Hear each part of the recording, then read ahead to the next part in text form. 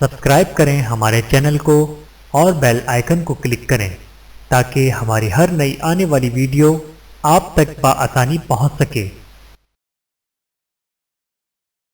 بسم اللہ الرحمن الرحیم۔ السلام علیکم ورحمۃ اللہ وبرکاتہ۔ 9 ذی الحجہ یوم عرفہ، رحمت و مغفرت کا ٹھاٹے مارتا سمندر۔ حضرت عائشہ رضی اللہ تعالیٰ عنہا سے روایت ہے کہ رسول اللہ صلی اللہ علیہ وآلہ وسلم نے ارشاد فرمایا، اللہ سبحانہ و تعالی عرفہ کے دن جس قدر لوگوں کو جہنم سے آزاد فرماتے ہیں اتنے کسی اور دن آزاد نہیں فرماتے۔